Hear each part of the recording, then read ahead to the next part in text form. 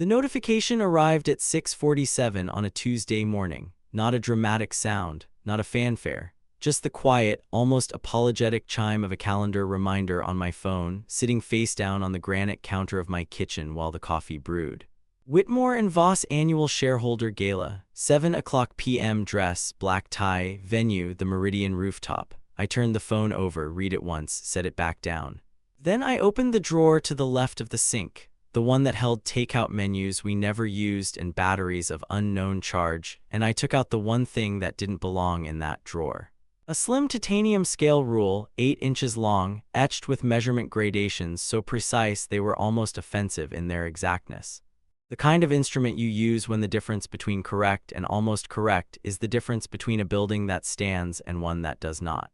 The kind of instrument a man chooses because he understands that precision is not a luxury. It is the only honest approach to a world that does not reward approximation.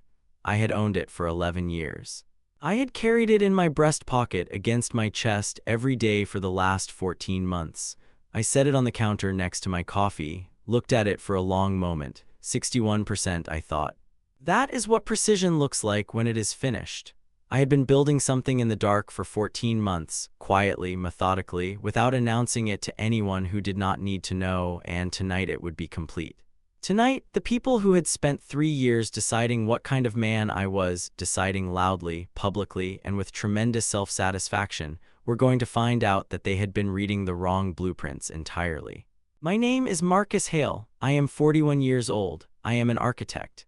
I have designed 31 significant structures across 7 countries, and I have been described, at a dinner table I was politely required to attend, as someone who does affordable housing somewhere and feels noble about it.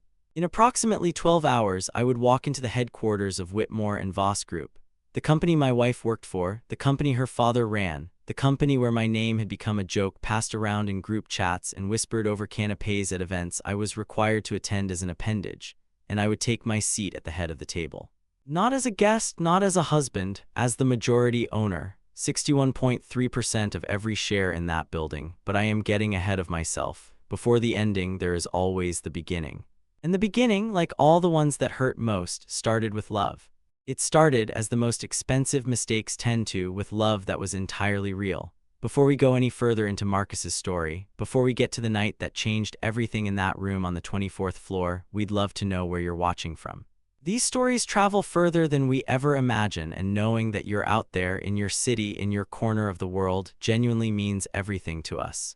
Drop your location in the comments below. We read every single one. And if you're finding value in what we do here, if stories like this one speak to something you've been thinking about, please consider liking this video and subscribing to the channel. We release new stories every week, and every one of them is built for people who believe that character, not circumstances, is what ultimately defines a person.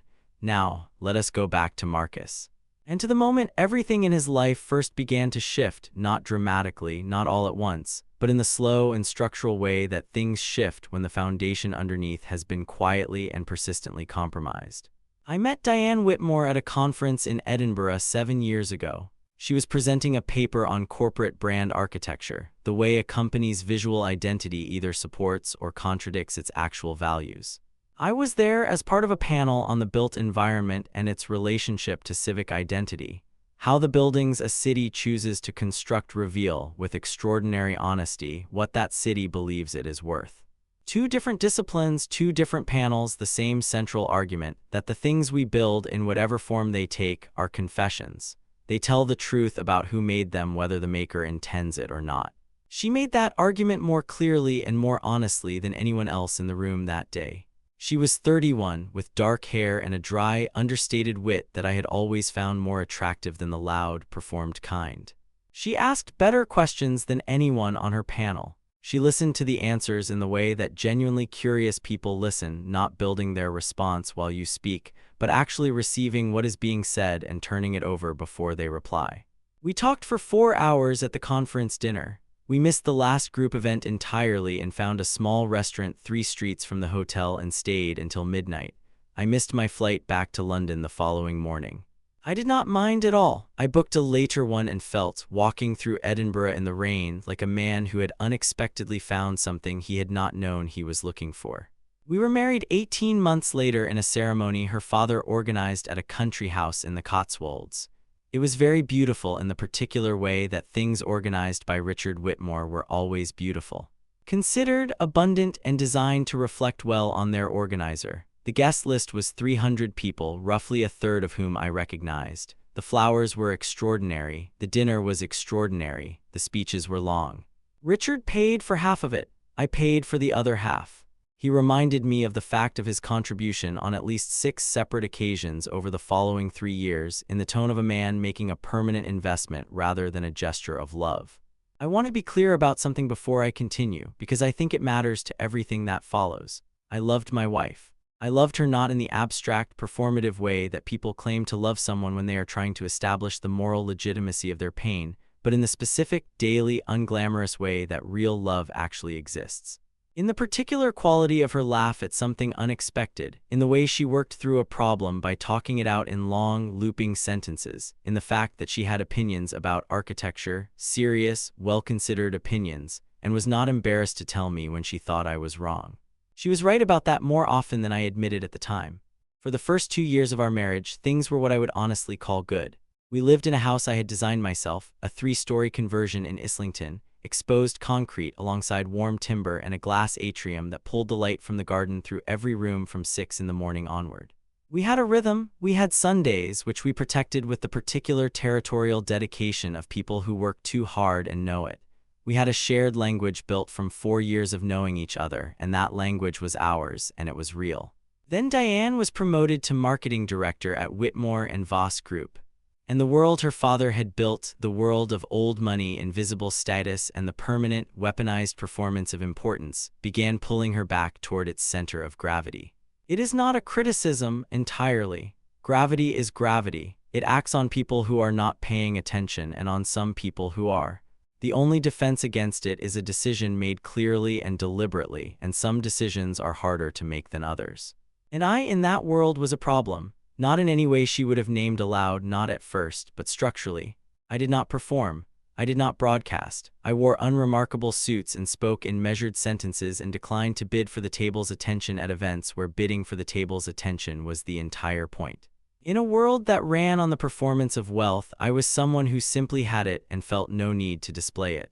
To people like Richard Whitmore, that kind of discretion is indistinguishable from poverty of aspiration. It took him approximately 8 months to decide what I was. It took him considerably less time to share that decision with everyone around him. The first time I heard the phrase, ugly husband, I was standing in the car park of the Whitmore Voss offices at the company's annual Christmas party, 2.5 years into our marriage. I had stepped outside to take a call from my project manager in Cardiff. We had a cultural center under construction, a significant commission, one of the largest purely civic projects my firm had undertaken, and there was a complication with the structural steel delivery that needed my input immediately. I was standing in the shadow between 2 large black SUVs, phone pressed to my ear, when 2 women from Diane's team came around the corner. They were laughing at something, already deep in a conversation that had started inside. They did not see me. One of them, I recognized her voice from half a dozen company events. A senior account manager named Priya was unwrapping a coat and still laughing. Did you see what Diane's husband was wearing tonight? He looks like he bought it on the way here. He always looks like that, the second woman said. The statement was not cruel in its delivery. It was worse than cruel. It was matter of fact. It was the tone of someone confirming a well-established shared understanding rather than offering a new observation. Richard calls him the ugly husband. A pause, the click of a lighter. The small, helpless sound of someone trying to suppress a laugh and not quite managing it. Then the sound of heels on asphalt, growing quieter, until there was nothing left but the ambient noise of the night. I stood between the 2 cars for a moment that had no particular length. I was not yet at the stage of recording these incidents, not yet at the stage of building anything. I was simply a man who had just heard, by accident, what the world he had married into thought of him, stated as casually and as certainly as a fact about the weather. I ended my call. I went back inside. I found Diane at the bar, radiant in the particular way she was always radiant at her father's events, a heightened, slightly effortful brightness, the performance of a woman who has something to prove in a room that is perpetually evaluating her.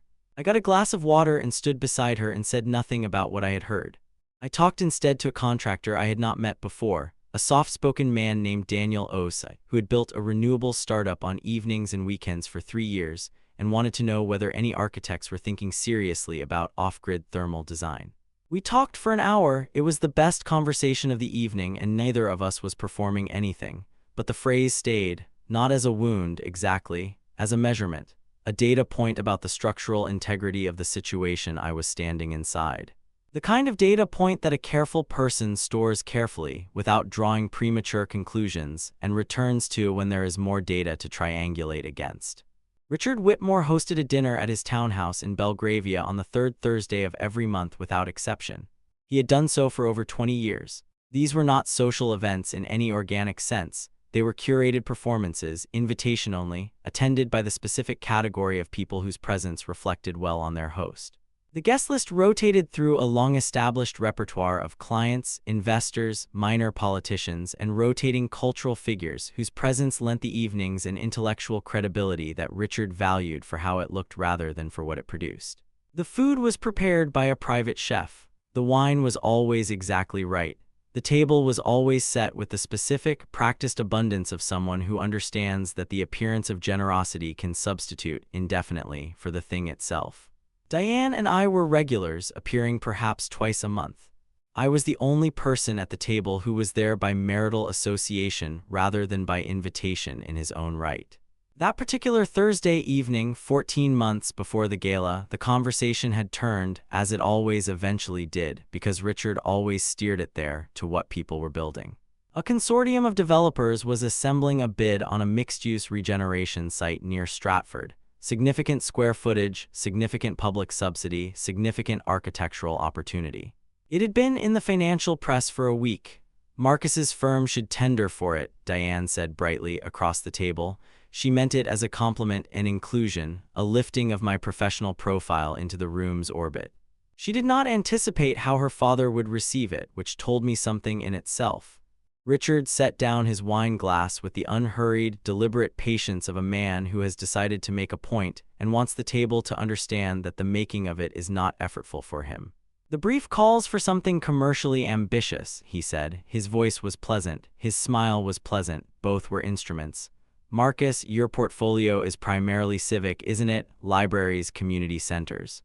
Admirable work. The pause he placed after admirable was a precision instrument in itself. A project like Stratford really requires a commercial track record, private sector confidence. He looked around the table with the micro-expression of a man issuing an invitation to agree with him. Perhaps on the residential side there might be something more suitable. Affordable housing, I believe there's strong demand for that in the area. He lifted his glass again. Important work, of course. Someone has to do it. A laugh from somewhere down the table, politely suppressed, but there. The table's social temperature had made its reading. The comment had landed, and no one at the table had calculated that disagreeing with Richard was worth the social cost. Diane looked at her plate. I looked at Richard. I held his eyes for exactly 3 seconds, measured, not confrontational, calibrated to communicate that I had heard him and was entirely unaffected by him, which was only partially true, and then I cut my lamb and said, without emphasis, "You're probably right, nothing else." I returned to my food. The conversation moved on. Richard was satisfied because he believed that the absence of a counterargument was confirmation of his assessment. In my jacket pocket, my right hand found the titanium scale rule, 8 inches of cold precision. I ran my thumb along its edge once slowly and felt my pulse steady and thought about the documents on my desk at home. 38%, climbing.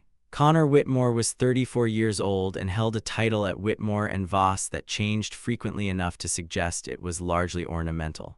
He drove a Porsche he introduced within the first 4 minutes of any new acquaintance, wore suits that were slightly too expensive for his actual authority, and possessed the particular species of cruelty that belongs exclusively to men who have never earned anything through effort and have therefore never developed the understanding that other people's dignity is not a resource for their entertainment. I had managed Connor for 3 years by the simple expedient of treating him with the consistent, impersonal politeness one would extend to a colleague one has no reason to dislike and no particular reason to engage with. He did not like this. Men like Connor require an audience or an adversary. Polite indifference is the one response they are not equipped to absorb. I found out about the group chat by accident on a Sunday morning 11 months before the gala. Diane had left her phone on the kitchen counter, unlocked, when she went upstairs to shower. I was not looking at it. I was passing through the kitchen to refill my coffee, and the screen was lit and the message was there, and I have trained myself for 15 years to read what is in front of me. The group was named the W&V Originals. The participants I could see from the thread header were Richard, Connor, and 4 others I recognized as senior staff. The message visible on screen was from Connor, sent 11 minutes earlier. Anyone else notice the ugly husband was wearing a Primark shirt to Dad's dinner last week? Like, does he not own a mirror? Diane must be going blind. Below it, rendered in the small colored dots of reaction emoji, 6 laughing responses. One of them from an account labeled Diane H. I want to describe what happened in me in the seconds that followed because I have thought about it a great deal since, and I believe it deserves honest accounting. It was not the sharp, hot pain of fresh betrayal. It was something colder and more structural than that. It was the sensation, familiar to any architect who has ever walked into a building they are being asked to assess, of pressing a hand against a load-bearing wall and feeling, instead of the solid resistance you expected, a subtle and unmistakable flex. The kind that tells you the damage is not new. The kind that tells you the damage has been there for some time, and you simply have not been applying pressure in the right place to discover it until now. She had not just failed to defend me, she had not just left the cruelty unchallenged, which would have been its own category of failure. She had participated. She had pressed the small, glowing circle that said, "This is funny to me. This man that I married is a joke, and I am laughing at him with the people who made the joke." I put the phone exactly where it had been, with the precision that had by then become instinctive in all the ways that mattered. I went to my study. I opened the laptop and logged into the secure portal for Vantage Holdings, the third of my 3 acquisition vehicles, the one that had been working most aggressively through a broker in Luxembourg over the preceding 3 months. 44%. I touched the scale rule on my desk. Then I went back to the kitchen, poured my coffee, and when Diane came downstairs 20 minutes later, still warm from the shower, I kissed her on the cheek and asked what she wanted to do with the afternoon. She suggested a walk in the park, which we took, and I listened to her talk about a client brief she was working on, and I asked questions about it, and the conversation was easy and real in the way our conversations had always been easy and real. And I understood, walking beside her in the pale November light, that this was the most devastating part. That the thing that had been betrayed was something that still genuinely existed between us in the small functional architecture of an ordinary Sunday. That was the hardest kind of loss to carry, not the sudden kind, the incremental kind. The kind that requires you to continue showing up to the thing that is failing, day after day, maintaining the form of it while you build, quietly and alone, the structure that will replace it. Richard reserved a private dining room at La Maison, a restaurant of the kind where the tablecloths are ironed with a precision I genuinely admire, and the menu carries no prices because the clientele is expected to understand that price is not the relevant consideration, to announce that Diane was being formally positioned as his successor. The timeline was 3 to 5 years. The pathway was COO within 18 months, then CEO when Richard chose to step back. It was, on the merits, a significant professional recognition, and one that Diane had genuinely earned through 7 years of excellent work. I was glad for her. I want that on the record. The professional achievement was real, and my gladness for it was real, and neither of those facts is diminished by what happened in the same room an hour later. Richard had ordered champagne, the specific bottle he always ordered when he wanted the room to understand that the occasion was commensurate with the cost. Connor was making a speech in the way he always made speeches. Loudly, with a generous relationship to his own importance and a loose one to accuracy, fundamentally oriented toward the reflection of Connor rather than the celebration of his sister. He was perhaps 4 minutes in, and the table was at the warm, slightly glazed level of engagement that expensive champagne and familial obligation combined to produce. When he turned to me, he was grinning. It was the grin of a man who has a joke prepared and has been waiting for the structural opening to deploy it. And what about Marcus? Now that Diane's running the show, a glance around the table, collecting his audience, maybe you should come work for the company. Give you something to do, he looked at his father. Facilities, wasn't it? Someone needs to manage the maintenance contractors. He laughed at his own punchline before anyone else had responded, which is always the tell. Laughter, real laughter, not just polite, from at least 4 people at that table. The waiter, refilling water at the end of the table, produced a small private smile. Richard raised his glass toward me with the magnanimous expression of a man extending charity. Marcus is welcome to tender for renovation work the company requires, at market rate, of course. A pause. We don't do special treatment, isn't that right, Diane? Diane reached across and put her hand over mine. Her face was composed, the expression of a woman who is managing a social situation she has made peace with managing. She said nothing to her father, she said nothing to Connor. She pressed my hand once briefly and returned to her champagne. The table moved on. I stayed at the dinner for 45 more minutes. I ate the food, which was excellent. I engaged when spoken to in the minimal conversational exchange necessary to appear present without amplifying the scene that had just occurred. When we left in the car, Diane said, "I'm sorry about Connor. He was being an idiot." She said it in the tone of a woman completing a social obligation rather than a woman who had been witness to something that required more than a brief apology. He was fine, I said. 51%, I thought.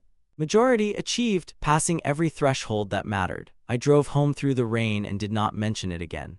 Diane had a client dinner, a significant pharmaceutical group in the early stages of a rebrand consideration, the kind of meeting that required the social architecture of a full table rather than a conference room. She asked me to attend. These things went better, she said when she had someone beside her. It projected something settled and stable about her. It projected, though she did not use this word, normalcy. I was a prop. I had understood this about the function I served at these events for some months by that point, and I had made a kind of peace with it, not a dignified peace, but the functional kind, the kind that allows you to continue operating in a situation while you work toward its resolution. There were 8 people at the table. The pharmaceutical CEO, a broad, expansive Texan named Henderson who laughed too loudly and meant it genuinely, which I actually liked, their chief marketing officer, 2 board members, Diane, Priya from her team, and a man named Julian from the agency side whose primary professional skill was the rapid production of a laugh at anything Henderson said. Toward the end of the starter course, Henderson looked at me with the direct friendliness of someone not performing anything and asked, "And what do you do?" Diane answered before I could open my mouth. "This is my husband, Marcus. He does." A small, light laugh, the kind used to signal that what follows is charming and slightly impractical. And buildings, architecture, he's very good at it. He does buildings. Henderson nodded with the polite expression of a man filing information in the hobbies category. "Oh, great, what kind of stuff?" "Cultural centers mostly," I said. "Libraries. A couple of international commissions." He returned to his menu. The conversation passed to the agency's rebrand proposal. I sat with the phrase for the remainder of the dinner. He does buildings. The phrasing of an indulgent spouse describing a husband's weekend project. The tone of someone managing a social situation in which the person beside them is slightly beside the point. 11 words and a small, apologetic laugh, and the table had all the information it needed. This man is not one of us, and his wife knows it, and we should proceed accordingly. I excused myself after the main course, early site visit, which was true, and took a cab home alone, and sat in my study for an hour with the Vantage Holdings portal open and the scale rule in my hand, and felt the cold, clear geometry of what I was building settle into its most stable configuration. 57%, 4 months. The home security system had been installed 2 years earlier after a break-in on the street. Cameras at the front and rear of the house, a door sensor, and an internal audio relay in the main hallway that could be accessed through an application on my phone. Standard equipment. There was nothing unusual about its installation and nothing covert about its existence. Diane knew about it, had been present when the engineer fitted it, had downloaded the app herself. I was in my study 6 weeks before the gala working on a site report when I heard Diane's voice through the open door that led to the kitchen. She was on the phone. She was not attempting to be quiet, which meant she either did not know I was home, I had returned earlier than expected from a site visit, or had stopped accounting for my presence in the way that people stop accounting for furniture. I heard my name, not Marcus, the other name. "I know, Connor, but I can't just leave the moment he becomes inconvenient. There's the house, there's the no, I understand what Dad thinks. I've always understood what Dad thinks." A pause, during which I could hear the distant, one-sided pulse of Connor's response through the phone. Then, "Look, the ugly husband thing, honestly, it's not even wrong. I mean," her voice dropped and the rest of the sentence became inaudible, swallowed by the distance between the kitchen and my study. I remained entirely still. For 11 minutes, I know it was 11 because the clock on my drafting table has a second hand and I watched it travel. I remained in my chair. I did not move toward the kitchen. I did not move away from it. I sat with the fact of what I had just heard, in the specific and unflinching way that a structural engineer sits with a test result that tells them what they had suspected but had not yet confirmed. The pain was there. I want to record that plainly without dramatics or deflection. It was real pain, the kind that belongs to 6 years of genuine love being assessed and found insufficient by the person you shared them with, not in anger, not in the heat of an argument, but quietly, domestically, on an ordinary afternoon, to her brother, in the kitchen of the house you designed with your own hands. That kind of pain has a particular quality. It is not sharp. It is the opposite of sharp. It is the slow, pervasive cold of understanding that what you believed you were standing on was not what was actually there. But cold is not the same as broken. Cold in the right temperature becomes a load-bearing material. Cold applied correctly is what certain structures require to achieve their final, stable form. I opened the Vantage Holdings portal. 59%, I opened my email, 2 words to Arthur Vance, accelerate closing. Then I sat back in my chair and breathed until my hands were steady. Then I picked up the scale rule and felt its weight and its precision and its cool indifference to everything that was not measurement, and I returned to my site report and worked until midnight. Arthur Chen arrived at my office at exactly 8 o'clock on a Tuesday morning 3 weeks before the gala. He arrived, as he always arrived, at the time he had stated, which I had come to understand over 7 years was not a professional habit but a form of respect. The implicit communication that your time is as valuable as his own. He wore a navy suit. He set a bound document on my drafting table with the careful, deliberate satisfaction of a man who has spent 14 months solving an extremely complex problem and is now presenting the solution with appropriate ceremony. 61.3%, he said, clean, consolidated across all 3 holding vehicles. The final transfer completes Thursday. As of that date, Marcus, you are the single largest shareholder in Whitmore Voss Group by a margin of 22 percentage points over the next largest holder. I looked at the document. The numbers were as exact as the rule in my pocket. Arthur Chen was 53, silver-haired, and possessed the specific authority of someone who has spent 30 years making intelligent people wealthier and has, in the process, developed a profound and stable immunity to being impressed by wealth itself. He had understood the logic of the plan from the first conversation, 14 months ago, and had executed its financial architecture with a discretion so absolute, processing 47 separate acquisitions through 3 vehicles across 2 jurisdictions over the course of more than a year, that not a single person in the Whitmore Voss orbit had connected the accumulating dots to a name or a face. The gala, I said, is in 3 weeks, Arthur nodded. The shareholder register is updated and filed ahead of the annual meeting. Any board member who performs due diligence, which they are legally required to do, will see your name and your position in the register before the event. The question is whether any of them will think to look. They won't, I said. Richard does not believe I require attention. Arthur allowed himself the small, precise smile of a man who has been proved right about something over a long period of time and has chosen not to say so. That has been his most expensive assumption. I pulled the full portfolio up on my screen and we worked through it for an hour. Whitmore Voss Group had a market capitalization of £340 million at the time of completion.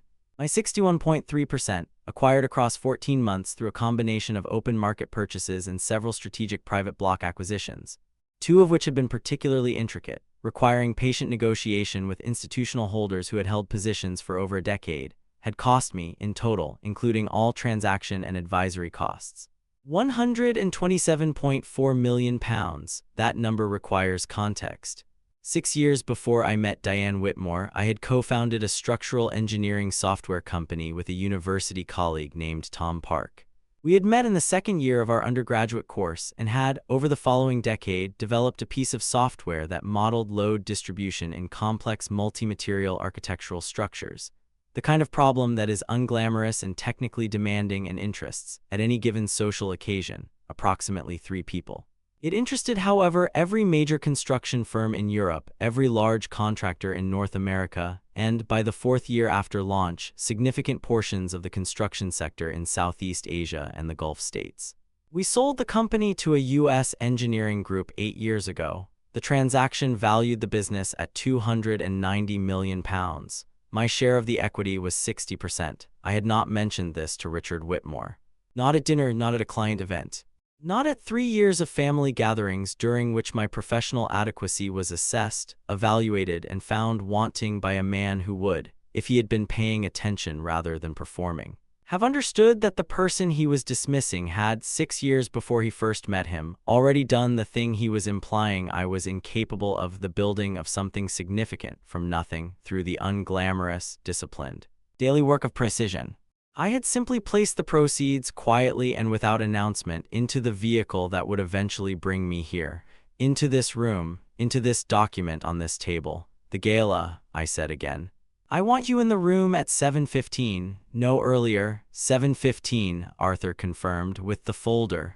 The folder contained 4 items: the consolidated shareholder certificate, a letter from our legal team confirming the transfer and its validity, a printed transcript obtained through perfectly legal means in the course of a data audit conducted as part of the acquisition due diligence of the W&V Originals Group chat covering the 14 most relevant months of its activity, and a single printed photograph, Diane's phone screen taken by me in my own kitchen 11 months prior, the 6 laughing reactions, the account labeled Diane H. I looked at the scale rule on my drafting table. 3 weeks.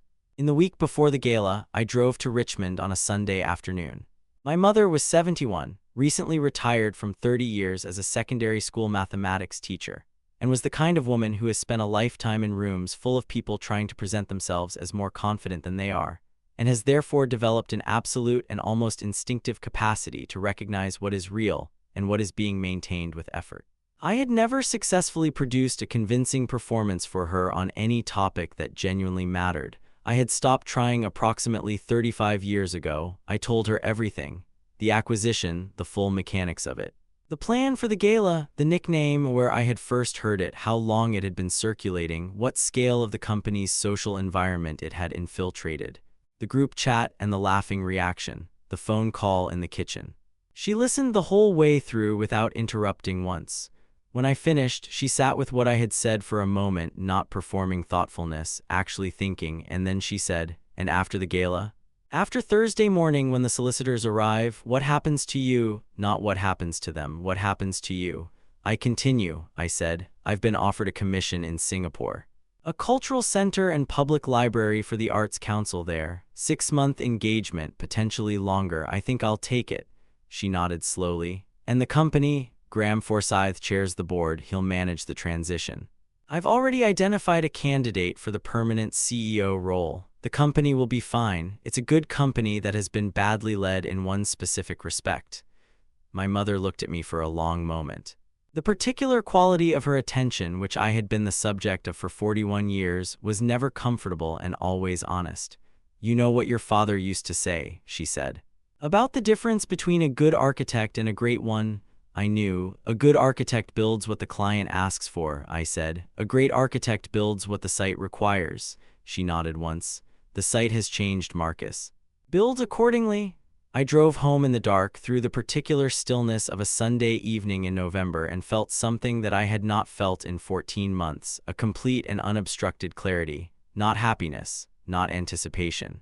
Something more fundamental than either, the specific, clean sensation that comes when a design has finally resolved itself, when all the competing forces and vectors and load calculations have found their equilibrium, and the structure is whole, and there is nothing left either to add or to remove. I had 1 week. I spent all of it working.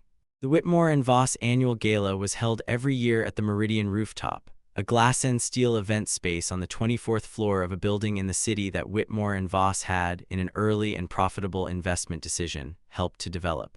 It was a handsome space. Long, clean sight lines, floor-to-ceiling glass on 3 sides, the city spread out below in the particular way that cities look from a sufficient height, which is the way that clarifies their geometry and conceals their mess.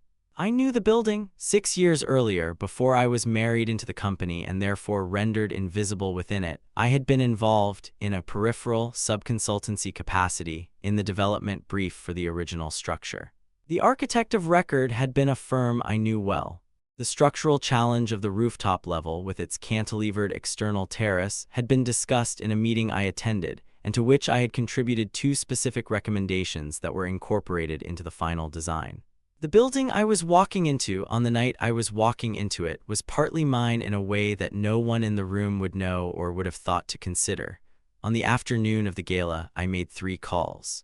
The first was to Graham Forsyth, chairman of the Whitmore and Voss board, a man I had never met in person but who had been legally obliged from Thursday of the previous week to acknowledge my position as majority shareholder in all formal company correspondence.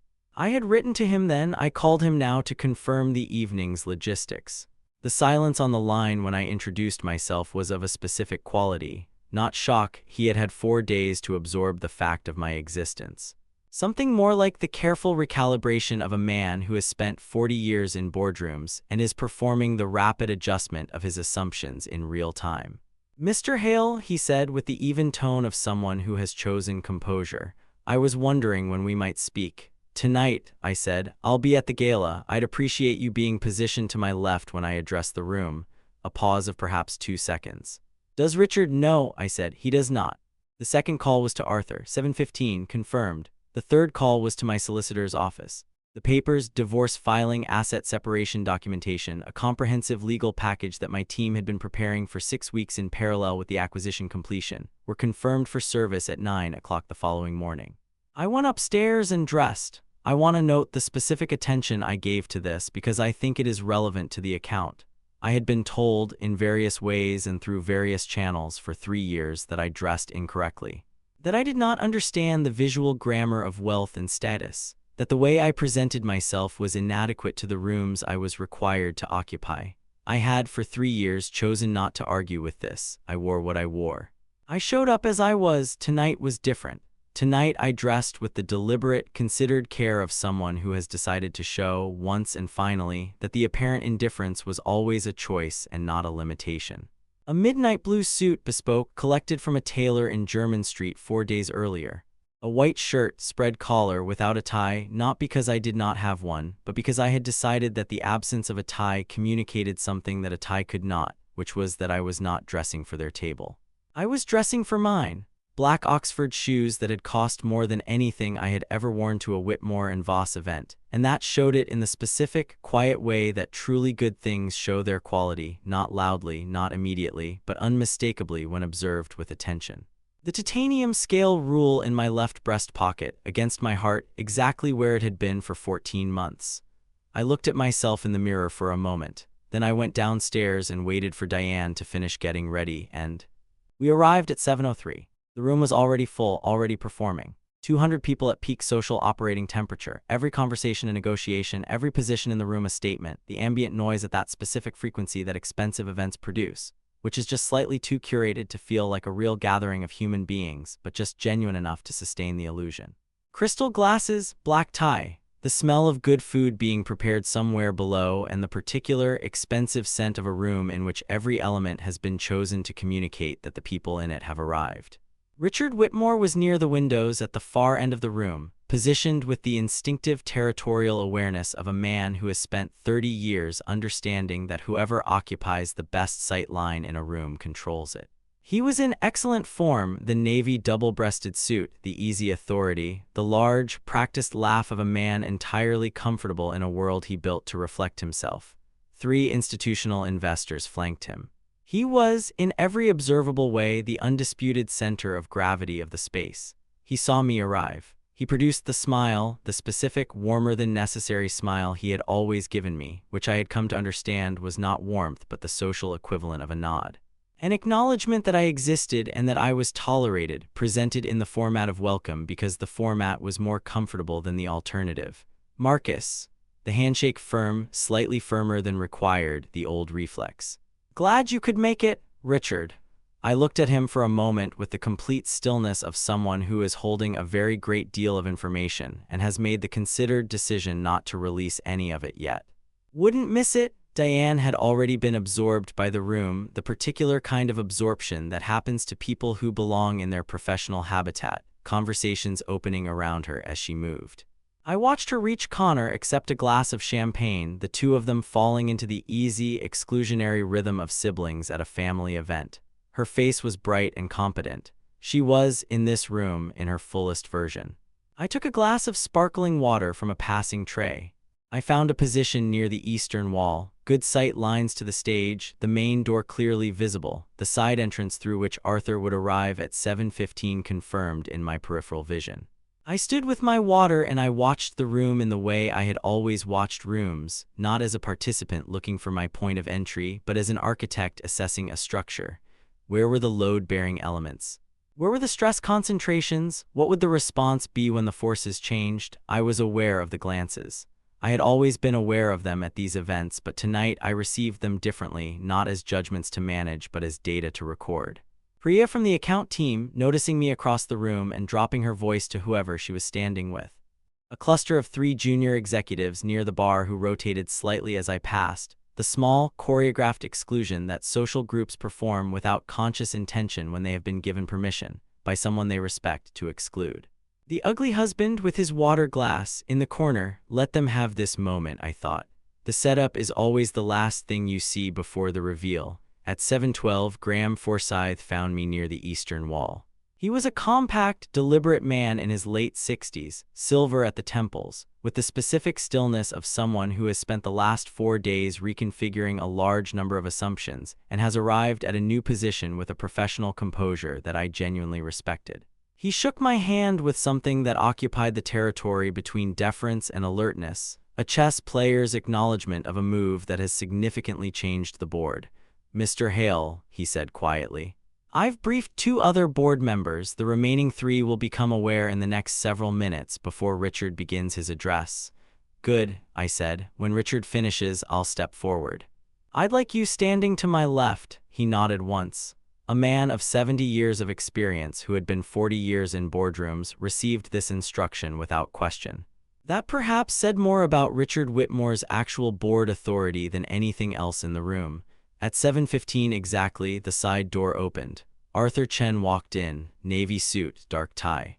The slim leather portfolio under his left arm. He crossed the room with the specific, unhurried movement of a man who is always exactly where he intends to be and is not in the habit of explaining his arrivals to anyone. "Mr. Hale," he said quietly when he reached me. "Arthur." I took the portfolio, opened it briefly, confirmed the 4 items in their order, closed it. The overhead lights adjusted slightly, dimming by 10%, the signal that the formal program was beginning. Richard Whitmore climbed the 2 steps to the small stage at the room's far end. He tapped the microphone once, with the easy authority of a man who has never had any reason to doubt that the room would give him its attention. "Good evening, everyone," he said. The room gave him its attention. I straightened my jacket, left hand resting on the portfolio. The scale rule against my chest, its familiar weight and anchor, the last 14 months compressed into 8 inches of cold precision. I looked at Richard at his stage, at Connor in the front row, champagne raised, grinning at something the person beside him had said. At Diane, standing 3 meters from her brother, composed and bright and unknowing. Then I let it all go. Not in the dramatic sense of a man releasing a burden, but in the structural sense of a man who has finished loading a system and is now simply waiting for the load to bear. The rage, the hurt, the long catalog of small and large humiliations, none of it was needed anymore. It had all been building material and the building was done. All that remained was the walk through. Richard's address ran to 8 minutes and 20 seconds. I timed it. It covered the company's performance, revenue up 11% year-on-year, 2 significant new client wins in the pharmaceutical and retail sectors, the pipeline for the following year characterized as strong. He spoke about Diane's forthcoming COO transition with the particular pride of a patriarch announcing a dynasty, not just a promotion but a succession, a continuation of something he had built and was now passing forward. He spoke about the company's 32-year history. He spoke for perhaps 2 minutes about foundations, about the values that had made the company what it was, about building on solid ground, about integrity, about the difference between companies that endure and companies that do not. The word foundations in his mouth at that moment from that stage was almost too much. I made a note of it. When he finished, the room applauded with the warm, full-bodied satisfaction of 200 people who have been well-fed, well-champagned, and well-told that they are part of something successful. Richard raised his glass. He was about to invite the room to move to the dinner tables when I stepped forward, not from the edge, from the middle. A deliberate step into the open space between the audience and the stage, into the room's center of gravity, unhurried, carrying the portfolio at my side. I did not raise my voice. I spoke at the volume of a man delivering a prepared statement at a board meeting because that was precisely what this was. Richard, before we move on, as the company's majority shareholder, I think a brief address to the room is appropriate. The first silence was one of incomprehension. The sentence had been received but not yet processed. 200 people in a moment of collective parsing. Then it processed. I watched it move through the room the way a structural load moves through a frame. The closest points first, then spreading outward, each person's expression shifting from confusion to the rapid, recalibrating understanding that the sentence had meant exactly what it appeared to mean. Richard's smile held for 4 seconds. It was a professional-grade smile, the kind maintained by years of practice. Then the musculature behind it changed, and what remained was the form of a smile without its content, the structural shell of an expression whose interior had been vacated. Marcus, his voice was even. What exactly, majority shareholder, I said. 61.3% consolidated as of last Thursday. Graham has the documentation. I glanced to my left. Graham Forsyth raised a hand. I want to say something about foundations since the word has come up this evening and since it is a subject I know something about professionally. No one in the room made a sound. I looked at Richard first because Richard had started it. 3 years ago, I said, at a dinner table, I was told that my professional work was perhaps more suited to affordable housing than to serious commercial development. The person who said it did so in front of a table of investors and clients, and no one at the table disagreed. I paused. I wrote it down. I do that. Richard said nothing. The calculation behind his eyes was visible to anyone who was looking for it. 9 months ago, I continued, at a dinner celebrating my wife's promotion, I was offered a role in facilities management. It was presented as a joke. The table laughed. I looked at Connor. Connor's champagne glass had migrated to his side. His mouth was slightly open in the expression of a man who has built his entire social existence on borrowed authority and has just felt the collateral called. I wrote that down too. I removed the folder from the portfolio and placed it on the table beside me. Also in that folder, I said, is a printed transcript of a group chat entitled the W&V Originals, in which this company's vice president and several members of its senior marketing leadership spent 14 months discussing, among other company business, my physical appearance, my professional worth, and my adequacy as a husband. I held Connor's eyes for a moment. Your opening contribution was, did anyone else notice the ugly husband was wearing a Primark shirt to Dad's dinner last week? Like, does he not own a mirror? I spoke the words exactly, the exact words. The same words he had typed casually on a Sunday morning to an audience he believed would never include me. Connor Whitmore made no sound. Those words received 6 laughing reactions, I said, including one from my wife. I looked at Diane. Her face had passed through several expressions in the last 90 seconds and had arrived at something I could not entirely read, not quite shame, not quite grief, something more complicated than either. I noted that down too. I turned back to Richard. You said tonight that this company is built on foundations. I let the word sit. I'd like to suggest that a foundation which required a man to spend 3 years being publicly diminished in order to maintain the table's social order is not the foundation a company should be proud of. Not a shout. Not an accusation. A structural observation delivered with the precision of a professional assessing load-bearing capacity and finding it wanting. The documentation in that folder confirms the transfer of majority ownership. The board will convene Monday morning to begin the transition process. Richard, your advisory role is defined in the schedule attached. Connor, I looked at him once more, your position will be reviewed as part of the structural reorganization. Graham will lead that process. I looked at the room, 200 people motionless, holding their champagne.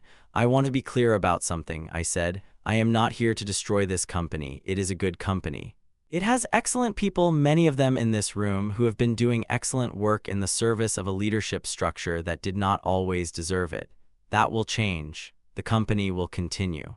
It will be run well. I reached into my breast pocket and removed the titanium scale rule. 8 inches of precision, cold and exact. I set it on the folder on the table. It made a small, clear sound in the silence.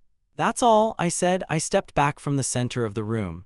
At the stage, Richard Whitmore stood perfectly still. The professional composure was there. It had been there for 30 years, and 30 years of muscle memory does not abandon a man entirely in a single moment, even this one. But the architecture behind it had changed in a way that was visible to any careful observer. The authority had not been performed away. It had been dissolved. He did not speak. Connor did not speak. Diane looked at me across the room with an expression I will carry for a long time. Not anger, not defiance. Something quieter and more honest than either. The specific, terrible clarity of a person understanding in a single complete moment the full dimension of what they chose and what it cost. I looked at her for a moment. I did not speak to her in that room. There was nothing left in that room that needed saying. I nodded once, the small, precise nod of a man completing a formal exchange, and then I turned, shook Arthur's hand once, found Graham Forsyth's eyes and received his steady acknowledgement, and walked through the parting crowd to the glass door and through it. The lift arrived immediately. Inside it, alone, with the city descending past the glass, I stood with the portfolio under my arm and my hands at my sides, and I felt something I have spent a great deal of time since then trying to describe accurately. It was not triumph, it was not vindication, it was not the hot release of anger finally expressed. It was the sensation of a structure that has been correctly completed. The specific, clean, unadorned silence that falls after the last element of a design has been set in place and all the forces have found their equilibrium and there is nothing left to do but stand back and confirm that it stands. He did not feel triumphant. He felt, for the first time in 14 months, exactly like himself. What followed unfolded with the logical proportionality of a correctly designed structure meeting its load conditions.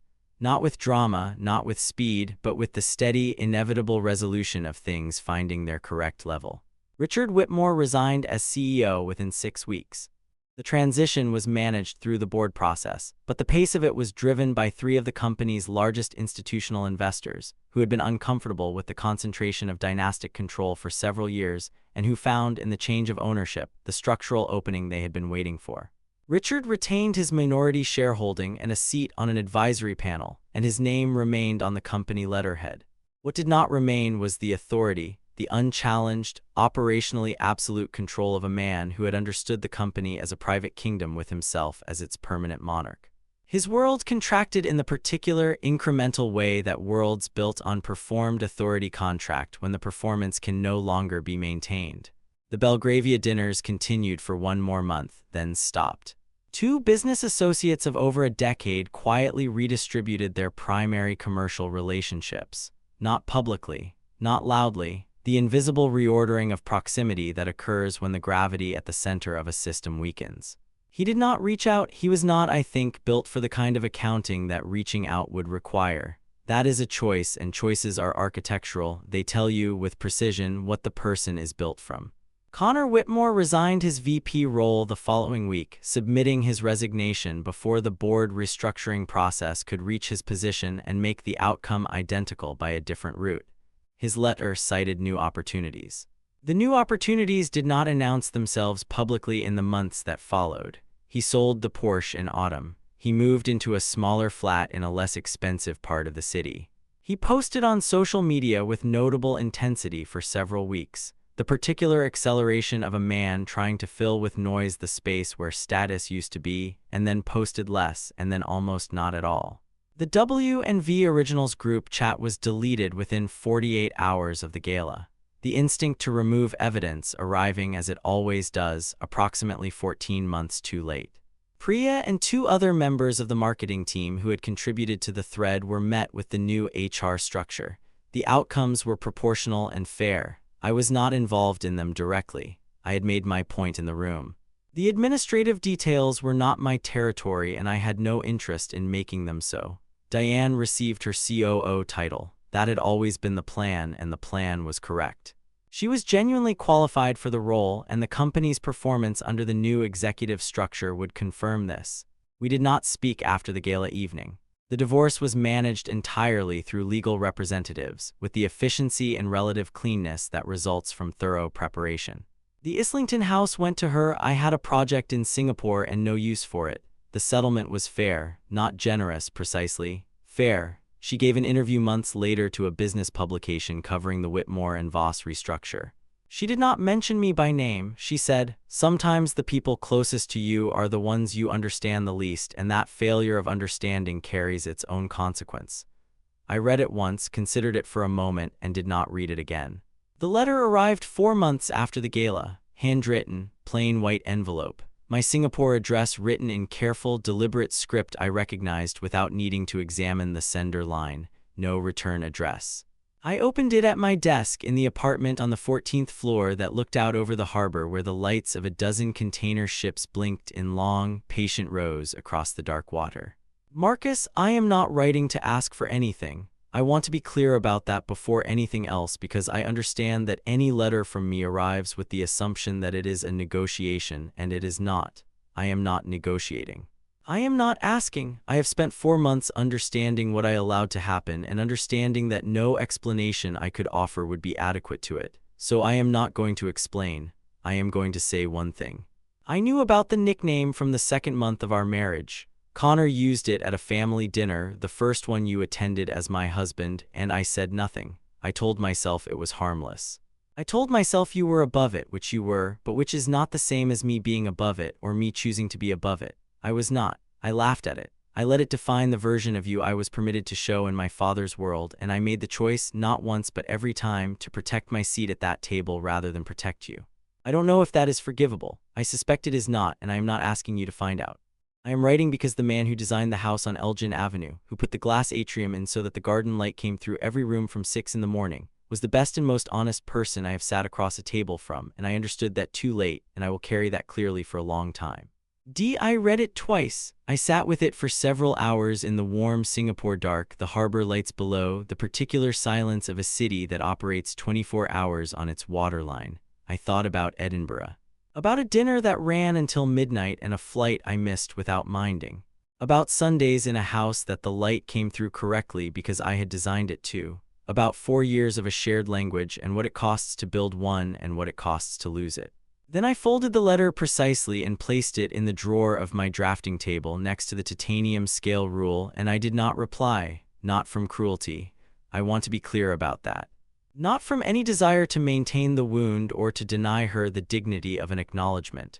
From the understanding that some things, once accurately and honestly named, do not require a response, only witness. She had witnessed herself clearly.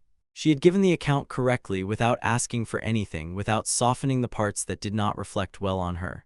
That was its own form of integrity, arrived at late but arrived at genuinely, and I had no right to diminish it by converting it into a dialogue it was not designed to be.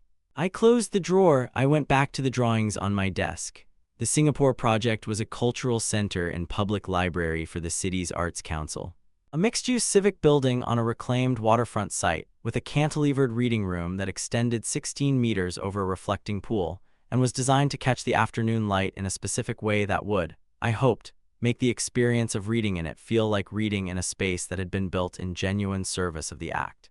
The structural challenge was significant. The cantilever required 3 weeks of load modeling and 2 complete redesigns before the solution was correct. I loved every hour of it. I want to say something about what I learned in the 14 months of building what I built, because I think it is the only part of this story that belongs to anyone other than me. There is a particular weight that accumulates when you spend a sustained period of time being told, in gestures and offhand comments, in group chats you were never meant to see, that you are insufficient. Not aggressively. Not cruelly in its most obvious form, but persistently by people whose opinion you are socially required to care about. A quiet, structural weight, the slow accretion of assumptions about what you are worth, distributed across a world you inhabit by proximity and choice and love. You can carry that weight. I did. I carried it for 3 years, and I want to be honest that it was not weightless. There were evenings, after the Belgravia dinners, after the family events, driving home through the city in the quiet when it pressed. Not enough to change anything fundamental, but enough to be real. Enough to be a form of sustained damage that you learn in time to metabolize rather than simply endure. What I learned is this. You can take that weight, all of it, the full accumulated measure of contempt that people have decided you deserve, and you can transmute it. You can feed it back into the work, into the precision, into the specific, unglamorous, daily discipline of building something that is real and correct and will stand. The people who called me the ugly husband were not wrong about what they saw. They saw a quiet man in an unremarkable suit standing at the edge of a room that had decided it did not require him, holding a glass of water, not bidding for anyone's attention. They were wrong about what that meant. The quiet man at the edge of the room is not always the least significant person in it. Sometimes, he is the only one who has taken the time to understand the room's actual structure. The load-bearing elements beneath the performance. The real foundation under the beautiful floor. Build on real things. Build on work that is true, on relationships that are honest, on values that do not change their definition when the social temperature shifts. Build quietly, build precisely. Carry your instrument close and use it with care, and let the structure prove itself in the only way structures can ever finally prove themselves: by standing. Everything that is not load-bearing will eventually, proportionally, correctly find its level. What remains is what you were always building. Before you go, I want to hear from you. Was Marcus right to do it the way he did it?